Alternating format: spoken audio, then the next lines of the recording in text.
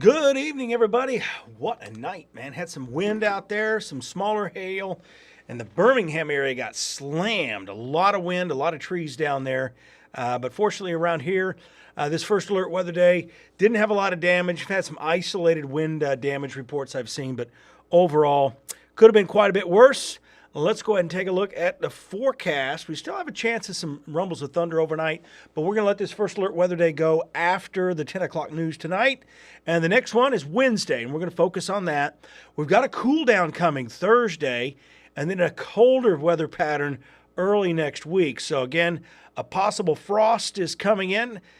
Good evening, Angie. There in Cherokee tonight. Some big news in your neck of the woods today with the submarine plant, or whatever they call that, coming in for the Navy. That's going to be amazing. Lots of jobs out there for that.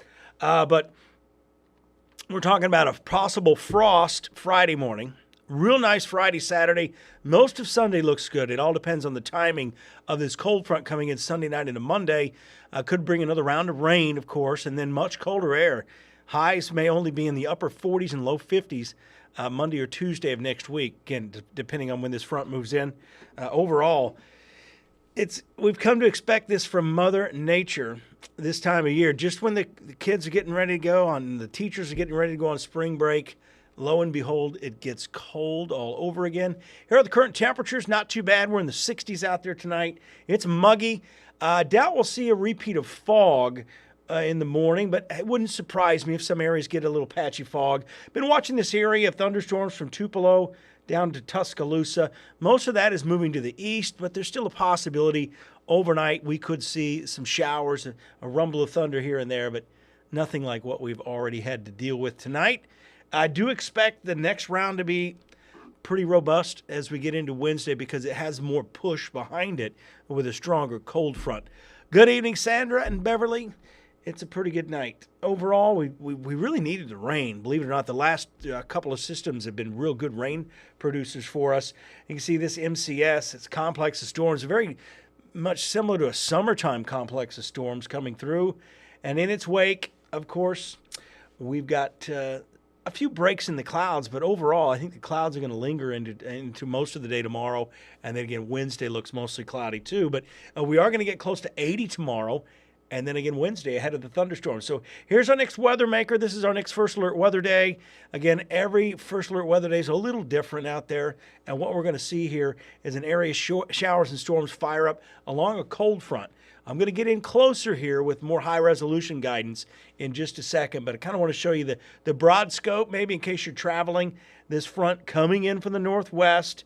It doesn't really have a main area low pressure that would lead to an outbreak of severe weather, anything like that. But kind of like today, it got a little rough out there at times. But as we kind of switch over to the high resolution guidance here, what it's going to show you is the time of arrival could be as early as 6 o'clock. And here, Beverly joining in just in time. That's 10 o'clock. Again, that's the European model. But I'm going to show you the graph model. Here's about 6 o'clock Wednesday evening. Our southwest winds will start picking up. And what we don't know is what's going to happen if we get some of this initial convection here well south of the front as we go into the evening hours. I would expect these to be heavy rain, big lightning producers out there, maybe some smaller hail. Notice temperature still around 70 degrees at 8 o'clock in the evening.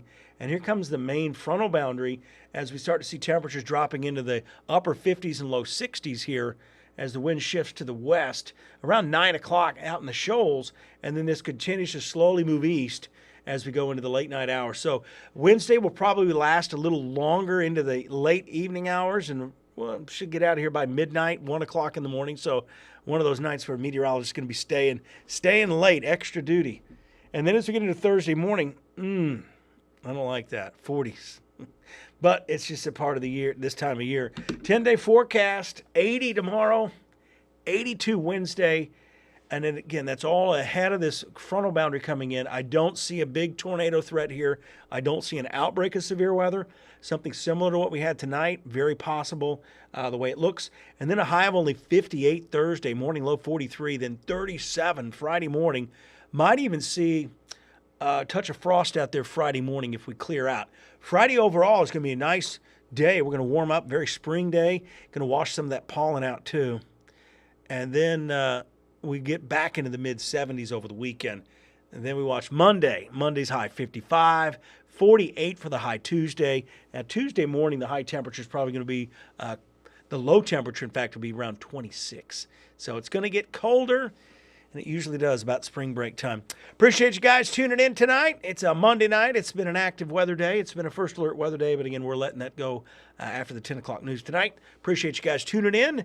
I'll see you tomorrow night. Again, some of you joining on Facebook, we are only going to do these on Facebook on First Alert Weather Days, just because Facebook is very bad about the algorithm does not like to send out Facebook Lives. So you can find us every time we do these weather extras on our weather app, news app. You can also find this, I believe it's just the news app, our website, WFF.com, also our YouTube page, the station YouTube page. So again, Facebook really does not like to send out notifications on Facebook Lives, even if you've been following for years. It's just part of the algorithm. They like Reels a lot more. So again, when we do that, it really suppresses the reach of a lot of things, and it affects everything else in the algorithm. So again, First Alert Weather Days, you'll find us everywhere. When it's not a First Alert Weather Day, you'll find us on our platforms that we actually control. You guys take care, and I will see you later.